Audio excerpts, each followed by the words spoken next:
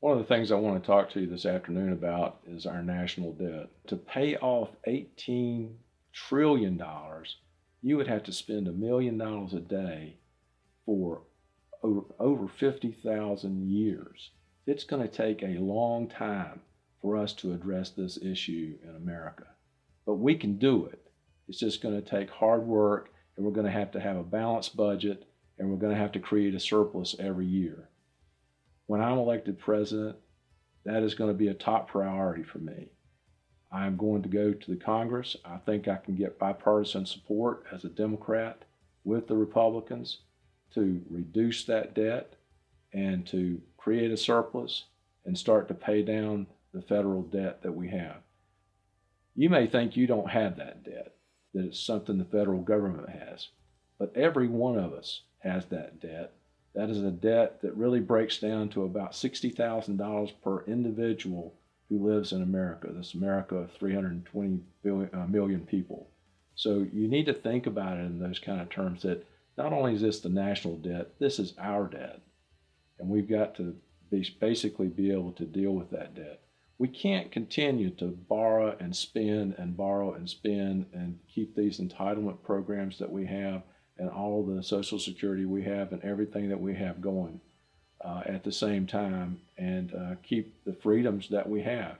Eventually, the foreign interests, the corporate interests, the overseas interests are going to come in and they're going to tell our country, you're going to have to come up with a plan or a way of dealing with this debt. And it's going to be so large at some point we can't pay it. At this point, we're already paying over, I think it's 52% of our revenues per year just to pay the interest on that debt. So one of my major premises when I go into office is going to be get bipartisan support to pay the federal debt. Now, let me say this.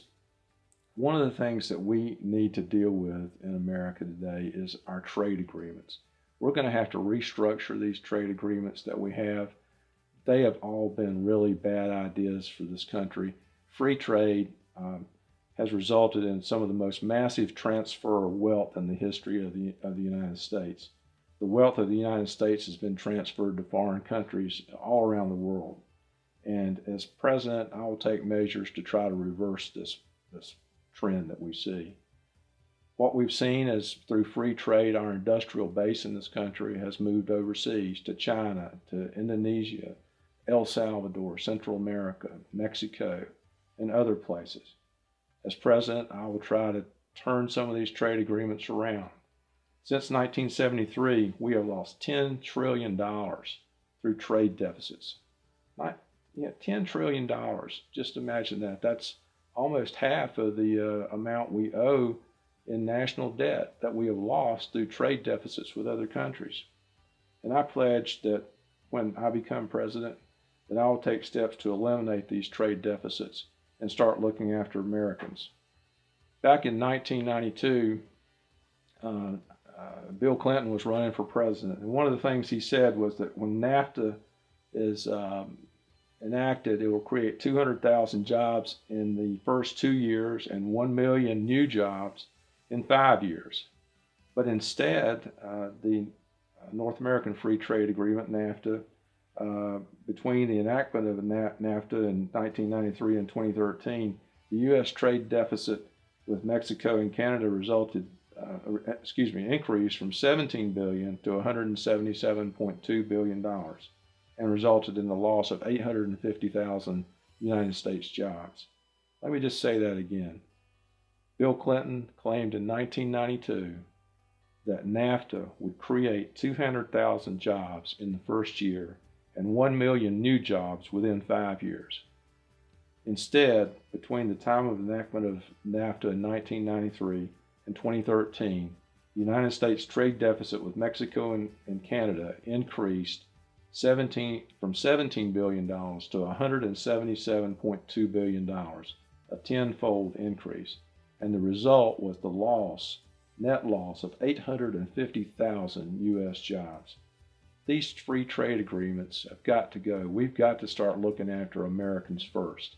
And if we don't do that, then we can just really kiss the freedoms that we have in this country goodbye.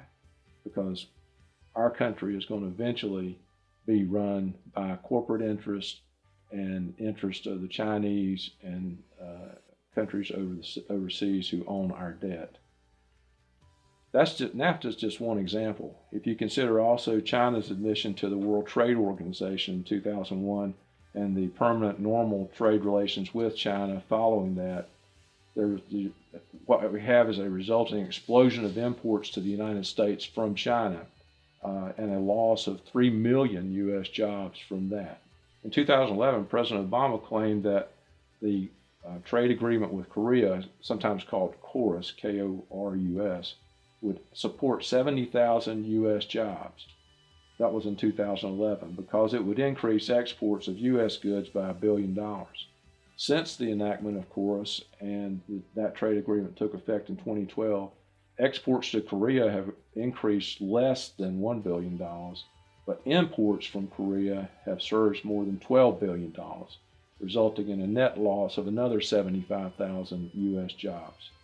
Now we have before the Congress, and soon to be enacted, this 2015 Trans-Pacific Partnership. Ladies and gentlemen, this Trans-Pacific Partnership Agreement, trade agreement, has been kept in secret. It was devised by 600 paid corporate lobbyists, and as Senator Elizabeth Warren challenged Barack Obama on this, she called him out on it because this agreement is bad for America. What it gives corporations is the power to be able to sue and overrule U.S. laws and regulation, and gives power to foreign corporations to overrule Wall Street reforms that we have accomplished, like Dodd-Frank. The trade agreement lacks clearly enforceable progressive labor and environmental protections, and gives the president what he calls fast-track trade authority to be able to sign new trade agreements without any government oversight whatsoever. As president, I will make sure that the access to U.S. markets is conditioned on a strategic analysis of our own national interest and needs first, not that of foreign countries and corporations. As president, I would support the withdrawal from the World Trade Organization. As president, I would support withdrawal from the WTO, from the World Trade Organization. And we've got to be able to redo, change the NAFTAs, the KORUS, the CAFTAs, and have these trade agreements renegotiated so that they are fair to American workers. As president, I'll look for ways to halt the sale of U.S. assets to foreign countries and multinational corporations. I know you've seen recently in the news that with Hillary Clinton approving, while Secretary of State, the sale of our 20% of our uranium supplies to the Russians. This was just bad for America. This was a terrible blow to the nuclear supply of uranium for the United States. And yet Secretary Clinton at the time, because of deals with her husband and the $500,000 that he was paid for a speech in Russia, took that money and basically sold out Americans for their uranium, and we're now stuck with that. As president, I will look for ways that other nations have established industrial superiority over us, and we'll try to emulate them. We'll try to establish industrial superiority over them. It's going to take time for us to get back our knowledge, our technology, and our superiority in these areas, because so much of it has been dependent upon our educational system, which is not now geared to deal with these industrial issues. As president, I would appoint a special task force to help the U.S. develop a national strategy for rebuilding our industrial base, which is a matter of national security. The reason it's a matter of national security is, if we should have to go to war, where are the textile mills that are going to make the uniforms for our soldiers?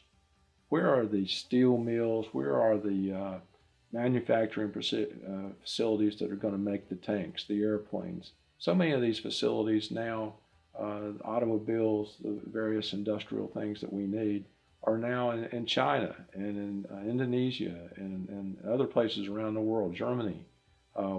we need to be able to still, for national security's sake, be able to take care of ourselves and look after our own.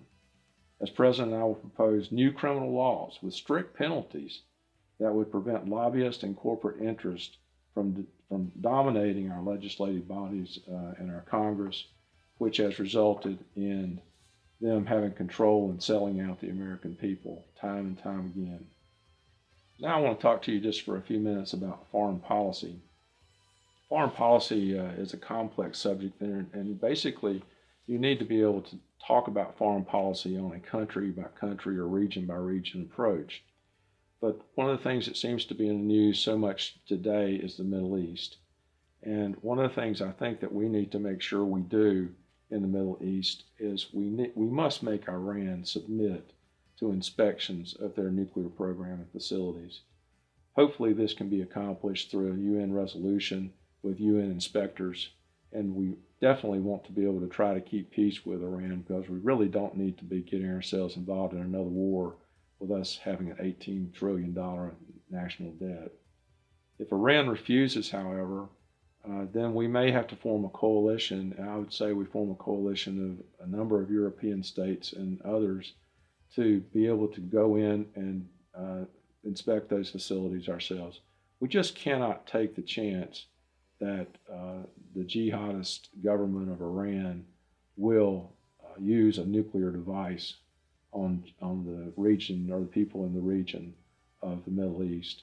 It's very likely they would use it on Israel, who they have threatened many times before and said Israel shouldn't even be recognized.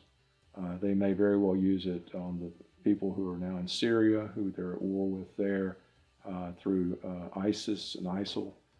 They may also use it in their dealings with ISIS, because they support ISIS in a lot of ways, and we may end up with ISIS having hold of some nuclear device, which is something, if you've seen the news, you know how devastating they can be with just how they deal with people and Christians. One of the things I was going to say is there's a lot of Christians, a lot of others who are being held prisoner in Iran.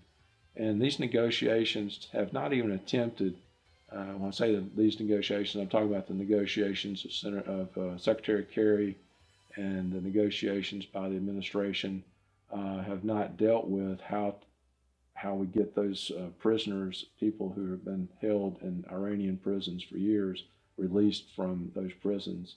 They've basically not taken a hard line on that. We're going to have to take a hard line against the Iranians. We're going to have tough negotiations with the Iranians. They don't understand anything else. They see us as weak, and they see us as basically now supporting the Muslim Brotherhood. And so we're going to have to stand up to them. We're going to have to basically take a hard line with them to get them to do the things that we need to get them to do to stay in line with keeping peace in the Middle East. So how do we deal with ISIS? I think we try to contain them initially if we can. What seems to be happening now is not working. Obviously, there's a lack of air support from the United States. We saw them recently take Ramadi, and they seem to do that without any resistance at all as far as air support. What are we going to do about that? How are we going to deal with that? I think we can still use the folks in Iraq to fight if they will fight, but there seems to be a lack of will on the part of those folks to stand up. I'm not in favor of going back in with U.S. troops, because all we do is, again, clean out ISIS, and then we come back home, and then some other even worse group fills that vacuum. So what we continually do is just kind of go over and clean it out and hope that it gets better. It's like a bad infection or something, and we just keep hoping it gets better. Either we're going to have to go over there and occupy that land and keep it and put military bases all over it, which is going to be an extremely expensive proposition and cost millions of taxpayer or billions of taxpayer dollars, maybe even trillions of taxpayer dollars to do that. Or we need to simply try to stay out of Iraq and let them fight their own war. I would support the latter at this point, with trying to engage in containment of ISIS if we can. Um, However, it may come to a point that we do have to take some action if it appears that ISIS becomes a real menace to the entire region and to oil interests throughout the world. We cannot allow them to totally take over all the oil interests of the Middle East. So, one of the main things I'm going to do is to try to deal with Iran. I'm going to try to deal with the ISIS problem. And I'm going to make sure that our embassies around the world are protected. We're going to have to put troops there. That's what we'll have to do. But our embassies and the people who work there, our ambassadors, our U.S. citizens overseas, these folks need to be protected. It's a sad day now that there's like 700,000 people who are in Yemen that need to be able to come home, and 700,000 Americans there who are now captured in Yemen. And we have ISIS just around the corner, and it may take blockades of the ports. It may take blockades of the coastline, but we've got to find ways to cut off the supply lines that ISIS uses to get their weapons and to get supplies that they are needing and using to be able to wage war in Iraq.